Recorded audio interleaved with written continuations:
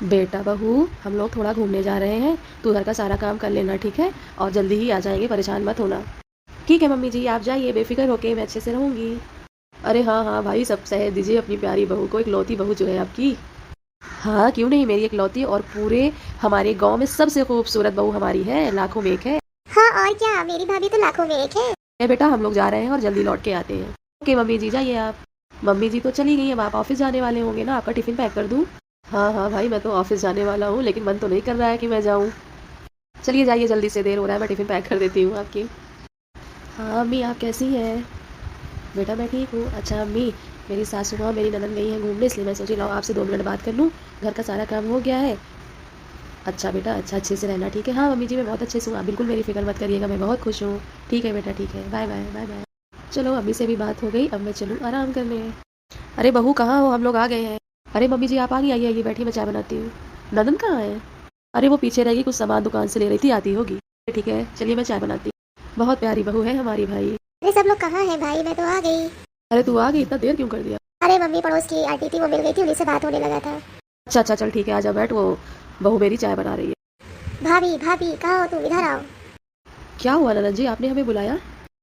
हाँ बुलाया तो, मुझे ये बात नहीं समझ में आती है कि तुम बर्तन क्यों नहीं धुली हो। तुमको बर्तन धुलने के लिए कहा गया था, तुमने क्यों नहीं धुला।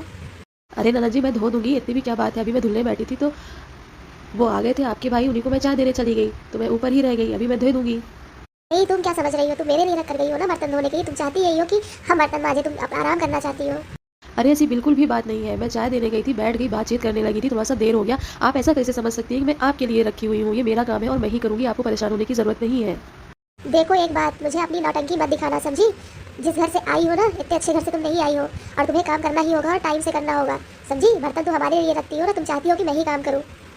मुझे बहुत ही ज़्यादा अफसोस है ननद जी कि आप मेरे बारे में इस तरीके का ख्याल रखती हैं। अगर वो बर्तन मैंने नहीं धोया तो मैं आके धुल देती। आप इतना मुझसे इस तरीके की बात कर रही हैं, मुझे बहुत ज़्यादा तकलीफ हो रही है। आप ही लोगों ने तो मुझे शादी करके यहाँ लाया, आप लोगों की मैं पसंद हूँ और आप मुझे इस तरीके से बोल रही हैं। देख अपनी बकवास अपने पास रख, समझी। तेरे बाप के हम नौकर नहीं है, तभी से इस घर में रहना रहे, नहीं तो ऐसा तिकड़म लगाऊंगी ना तुझे, इस घर से भगा दूंगी, सारा भूत उतर जाएगा तेरा। आपकी ये सारी बात सुन के तो मुझे चक्कर सा आने लगा है।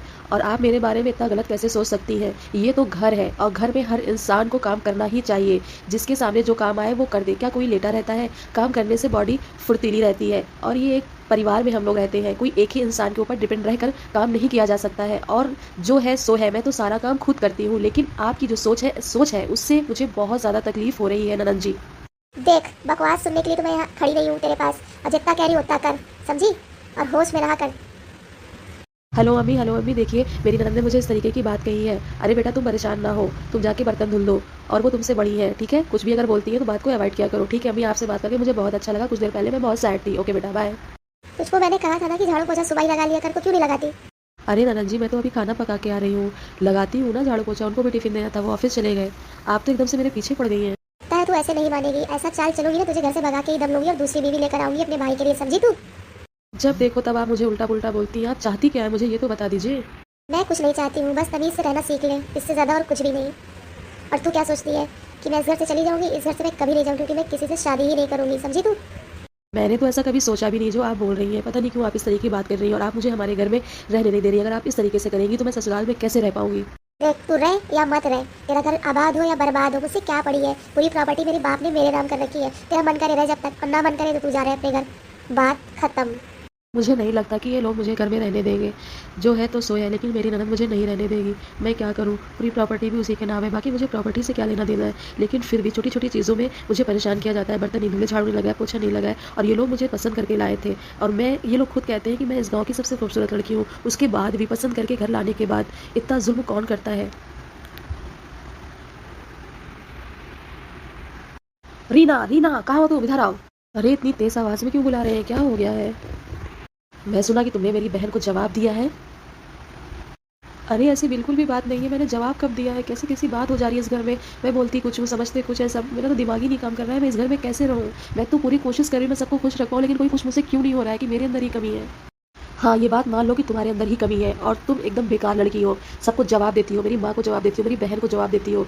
बहुत दिन से मैं नहीं करा था, 1 महीने से मैं यही सुन रहा हूँ, समझी तुम? टाइम से मुझे कुछ तुम देती नहीं हो, एक टिफिन दे देती तो उसका क्या मतलब है? तुम्हें ठीक से यहाँ रहना और रहो, नहीं तो तुम्हारा अपना बोरिया बिस्तर लपेटो, तुम्हारा रास्ता साफ है, तुम जा सकती हो अपने घर। ये आप कैसे कह रहे हैं? मेरा घर तो ये है, मैं कहाँ चली जाऊँगी अपने घर? तुम्हारा घर ये है कि नहीं ये तो मैं नहीं जानता, जाओ जहाँ हक हिस्सा है अपना वहाँ लो अपने मायके में, समझी तुम? जवाब वाली लड़की मुझे नहीं पसंद है बिल्कुल भी। काम तो तुमसे ठीक से होते नहीं है और चलिए वो बात बताने तुम भागो यहाँ से। ठीक है, अभी आप बहुत गुस्से में हैं, चलिए छोड़िए बात खत्म करिए, मैं माफ़ी मांग लूँगी अगर ऐसी बात है तो। आपको मैं चाय बनाऊँ? ज़रूरत नहीं है तुम्हारी चाय का, समझी? चाय बनाने वाले और भी लोग हैं और चाय मिल भी जाएगी टाइम पे। तुम क्या सोचती हो तुम दोगी तभी चाय पीऊँगा मैं? मेरा तो अब बिल्कुल यहाँ मन नहीं लग रहा है। हर वक्त सुबह से शाम तक ये लोग मुझे परेशान करते हैं। मैं कहाँ जाऊँ? ना ससुराल पूरा है ना मायका। मैं किधर जाऊँ मुझे कुछ समझ में नहीं आ रहा। मायके जाती हूँ तो मायके वाले कहते हैं कि ससुराल तुम्हारा घर है, और ससुराल में आओ तो ये लोग कहते हैं कि मायका जाओ वो तुम्हारा घर है। अगर मैं यहाँ से जाऊँगी, अगर मैं मायके ना जाऊँगी तो मैं कहाँ जाऊँगी? मेरा कौन-सा घर है? मुझे कुछ नहीं समझ में आ रहा है कि एक लड़की का घर कौन-सा होता है। मैं तो बहुत ज़्यादा परेशान हो चुकी हूँ। हर दिन की यही कहानी है, मुझे बिल्कुल समझ में नहीं आ रहा मैं यहाँ कैसे रहूँगी? कोई भी काम अगर 1 मिनट लेट कर दो तो सब मुझे डाँटने लगते हैं और ये भी उन्हीं लोगों का साथ दे रहे हैं। बात ये नहीं है, माँ-बहन सब एक होती है, लेकिन आप जिससे शादी करके लाओ वो भी तो आपकी अपनी बीवी है, लेकिन उसकी कोई कदर नहीं होती है। मैं बहुत उदास हूँ।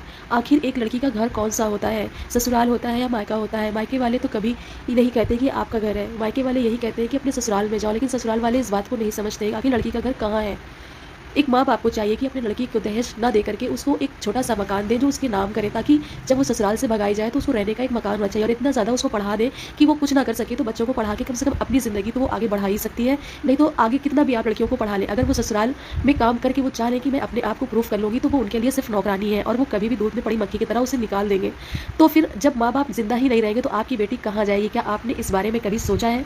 इसलिए जब एक बेटी पैदा हो घर में, उस दिन से उसकी पढ़ाई से लेके उसकी शादी के खर्चे को रोकते हुए इस उम्मीद में पैसे को इकट्ठा करें कि अपनी बेटी के लिए मुझे घर बनाना है, एक फ्लैट देना है और इतना पढ़ा देना है कि आगे चल के हम लोग जिस दिन नहीं रहेंगे उस दिन मेरी बेटी अपनी ज़िंदगी गुजर बसर अच्छे से कर सके। अगर ससुराल अच्छा ना मिला तो वो कहाँ जाएगी? क्या वो नदी का रास्ता अपनाएगी? क्या वो जहर खाने का रास्ता अपनाएगी? या फिर वो कुछ और करेगी? क्योंकि जब सारे रास्ते बंद हो जाते हैं और एक लड़की अपने को खुद तनहा पाती है तो उसके नज़र में ये सारी गलत चीज़ें आसान दिखती है। तो इसलिए माँ बाप को चाहिए कि अपनी बेटी को इतना स्ट्रॉन्ग बनाए और उसकी एक अलग से मदद और हेल्प करें, ना कि ससुराल वालों का पेट भर दें कि वो लोग खुश हो जाएं, कितना दहेज दे दें और कितना हम वाहवाही लूट लें शादी करके। ठीक है, आपको ये वीडियो कैसी लगी मुझे ज़रूर कमेंट करिएगा। शायद मैंने कोशिश की है इसे और अच्छा बेहतर बनाने की, लेकिन उतना अच्छा ये बन नहीं पाया है, लेकिन मेरा मैसेज तो ज़रूर आप तक पहुँच ही गया होगा। तो मुझे आप लोगों के कमेंट का इंतज़ार रहेगा और आगे की वीडियो मैं कैसे बनाऊँ तो ज़रूर मुझे बताइएगा। Thank you.